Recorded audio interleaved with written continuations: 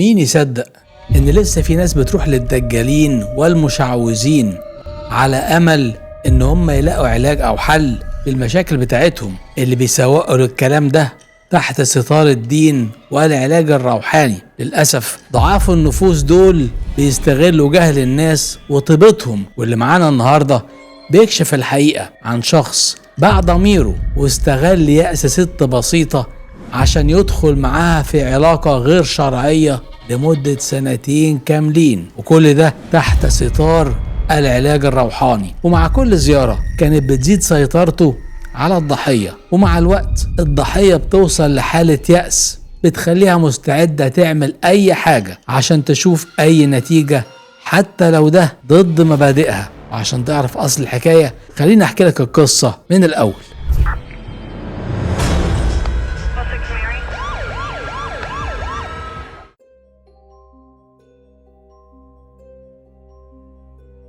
قبل ما نبدأ قصتنا النهاردة حابب أفكرك إن عرض حلقات برنامج القصة من الأول بيكون كل يوم حد وخميس الساعة 10 بالليل، ولو عايز توصلك الحلقات أول ما تنزل اشترك في قناتي على التليجرام والواتساب، هتلاقي الروابط تحت في الوصف وفي أول تعليق مثبت. يلا بينا نبدأ قصتنا. حكايتنا بتبدأ سنة 2019 في محافظة الجيزة، وتحديدا في منطقة المريوطية. كانت في واحدة اسمها رانيا عندها 31 سنة، متجوزة وعندها ولدين. رانيا كان عندها مشكلة واحدة مسيطرة على حياتها، ابنها الكبير ما كانش بيتكلم، والمشكلة دي كانت سبب خلافات دايمة مع جوزها عشان المصاريف الكتيرة بتاعت مراكز التخاطب عشان يساعدوا ابنها انه ينطق، والمصاريف زادت عليهم والخناقات كترت والعيشة بينهم بقت صعبة جدا، لدرجة ان في يوم رانيا قررت ما تكملش مع جوزها وخدت ولادها وراحت قعدت مع اختها ووالدتها. هي وجوزها انفصلوا وكل واحد عاش لوحده لكن من غير طلاق، وفضل الوضع بالشكل ده لفترة طويلة.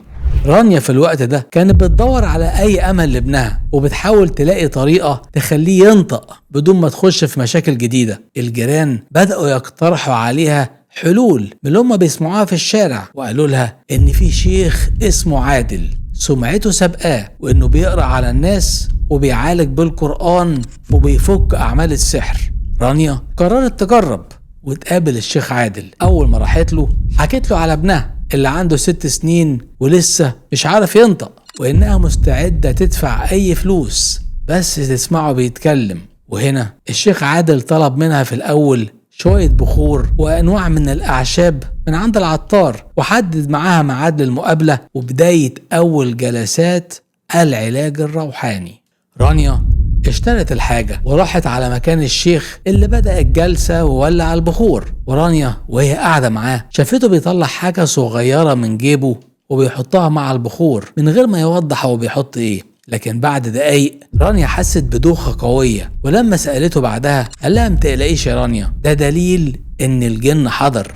الجلسة الأولى عدت وبعدها التانية والتالتة، ورانيا مش شايفة أي تحسن في حالة ابنها، ده غير إنها كانت خايفة من جوزها ونظرات الناس. عشان كده اتفقوا إن الجلسات تبقى في بيت والدتها، وكانت بتستنى عادل في الميعاد لحد ما يجي لها ويبدأ في جلسات العلاج مع الولد. وفي يوم من الأيام بعد ما عادل ولع البخور كالعادة، رانيا لاحظت إن عادل مش على طبيعته وشكله متضايق وكأنه عايز يقول حاجة ومش عارف، فسألته إيه اللي مضايقك يا شيخ عادل؟ وهنا قال لها إن الجن طلب منه طلب غريب ومش عارف يقوله إزاي. وهنا رانيا طلبت منه يقول لها اللي هو محتاجه، سواء بخور تاني أو أي أعشاب، وهي مستعدة تشتري أي حاجة هو عايزها. لكنه فاجئها إن الموضوع مش بخور، الجن طلب عمل سفلي. وهنا رانيا بتسأله يعني إيه عمل سفلي؟ فقال لها إن العمل السفلي بيتم بارتكاب شيء ممنوع، زي مثلا إن إحنا نعمل ليلة غير شرعية مع بعض. وهنا بدأ بقى يلعب دور التدين وإنه محرج منها وبيحاول يدور على طريقة تانية بدل الليلة الغير شرعية دي. وده على فكرة كان أسلوب بيتبعه عادل مع كل ضحاياه، ودايما كان بيجيب معاه نتيجة. الغريبة هنا إن رانيا توافق ويقفلوا باب الأوضة ويحصل ما بينهم علاقة كاملة. بس السؤال هنا، مين ضحايا الشيخ عادل؟ وهو أصلا مين الشيخ عادل؟ خلينا نرجع ورا شوية واحكي لك قصة الشيخ عادل. الشيخ عادل وقتها كان عنده 57 سنة. في شبابه كان بيشتغل بياع قماش في الموسكي، وكان طول الوقت طماع ومش راضي باللي في ايده، وقرر يخش سكة الممنوعات واشتغل في المواد الممنوعة. وبعد شوية خاف من اللي ممكن يحصل له، وقال لنفسه لو اتمسكت ممكن اخد 15 سنة او مؤبد. طيب ليه اغامر؟ وقال لك انا احسن حاجة اشتغل في النصب والاحتيال على الناس واصحاب المحلات. وفضل عادل ان يمشي بمبدأ القانون لا يحمي المغفلين. وهنا البلاغات كترت والشرطة قبضت عليه واتسجن 5 سنين. اما خرج عادل من الحبس قال بص بقى، انا احسبها من جديد، الشغل في الممنوعات خطر، فلازم اشوف لي طريقة جديدة تجيب فلوس من غير ما تورط قانونيا. ومن هنا اخد بعضه ونزل المريوطية في الجيزة، وابتدى ينشر ما بين الناس انه معالج روحاني وشيخ بيعالج بالرقية الشرعية وبيفك الاعمال وبيعمل خير وعنده بصيرة. طول دقنه ولبس جلابية وبقى داخل خارج على الجامع في كل صلاة وماسك السبحة في ايده عشان يدي انطباع انه الرجل الصالح. واستغل جهل الناس، مطلقة مثلا عايزة ترجع لجوزها، واحدة اتأخر الحمل بتاعها، واحد نفسه يسافر أو يلاقي وظيفة كويسة وحاسس إنه محسود. كل دول كانوا بيروحوا للشيخ عادل عشان يفك المشاكل بتاعتهم. سمعة الشيخ عادل بقت تزيد يوم بعد يوم لحد ما جه اليوم اللي رانيا راحت له عشان ابنها. الحقيقة ان عادل كان بيمارس علاقة مع كل ست بتروح له وتطلب منه يحل لها مشكلة من مشاكلها، وكان ده شرط اساسي عنده. نرجع بقى لرانيا اللي بقت اللقاءات تتكرر في بيت والدتها بينها وبين عادل اللي كان داخل طالع وكل الناس فاكراه انه جاي يقرأ قرآن على ابنها. الوضع ده استمر 2 سنين كاملين، وفي سنة 2019 كانت رانيا اتخنقت من العلاقة اللي بينها وبين عادل، وقالت له ان هو نصاب وضحك عليها وان ابنها مفيش اي تحسن في حالته، وطلبت منه انه ينهي كل حاجة بينها وبينه وما يكلمهاش تاني. بس بيني وبينك اللي بتطلبه رانيا ده متأخر قوي. يعني انت بقالك النهاردة ماشية معاه 2 سنين وبيعمل كل حاجة غلط معاكي ومش جاية تفوقي غير دلوقتي؟ ولا انت كان عاجبك اللي كان بيعمله؟ ولا ايه القصة بالظبط؟ ما علينا. بس هنا اللي ما عملتش حسابه رانيا ان عادل كان اتعلق بيها عاطفيا. ده غير ان عادل كان متعود يخبي الموبايل بتاعه ويصور اي واحدة بيمارس معاها العلاقة عشان يضمن انه بعد كده يعرف يبتزها. عادل كان عامل حساب اللحظة دي وراح مطلع الموبايل بتاعه اللي عليه الفيديوهات اللي مصورها، وهددها ان لو بعدت عنه هيبعت التسجيلات لجوزها اللي هي لسه على ذمته وما طلقهاش، وكمان هينشرها على كل السوشيال ميديا. وهنا رانيا اتصدمت، ما كانتش مستوعبه التهديد بتاعه. ازاي من شويه كان بيقول لها انه بيحبها ودلوقتي بيبتزها؟ والحقيقه ان هما الاتنين احقر من بعض. انا مش عارف هي مصدومه من ايه. واحد حقير زيك اكيد هيتعامل معاكي بحقاره برضه، ولكن عادل كان مصر انه يبتزها. وساعتها رانيا فهمت انها قدام واحد مش هيسيبها بسهولة، وفهمت برضو ان اي كلام كان بيقوله عن الدين والتدين كان مجرد ستار عشان يسيطر عليها. وهنا رانيا قعدت تفكر تعمل ايه عشان تخلص من المصيبة دي من غير ما تتفضح.